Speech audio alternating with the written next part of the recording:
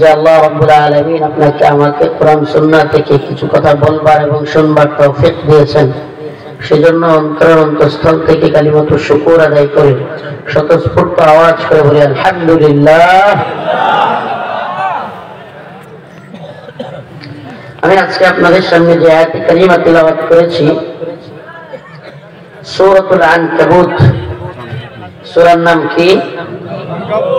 সূরাতুল আনকাবুত, আয়াত নাম্বার 65। আল্লাহ রাব্বুল আলামিন একদল লোককে পরিচয় করায় দিচ্ছেন আমাদের সাথে।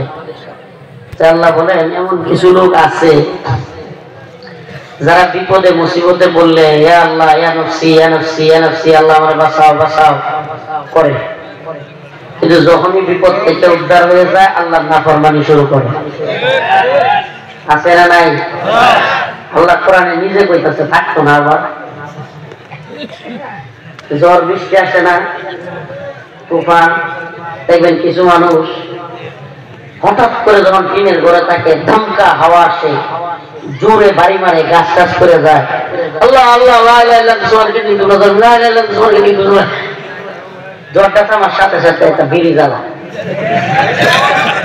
জ্বালায় কি জ্বালায় না, সুখ টান দেয়। একটু আগে কি করছে? আল্লাহ পাক এটাই বলতেছে কোরআন আয়াত, فإذا ركبوا في الفلك دعوا الله مخلصين له الدين فلما نجاهم إلى البر إذا هم يشركون।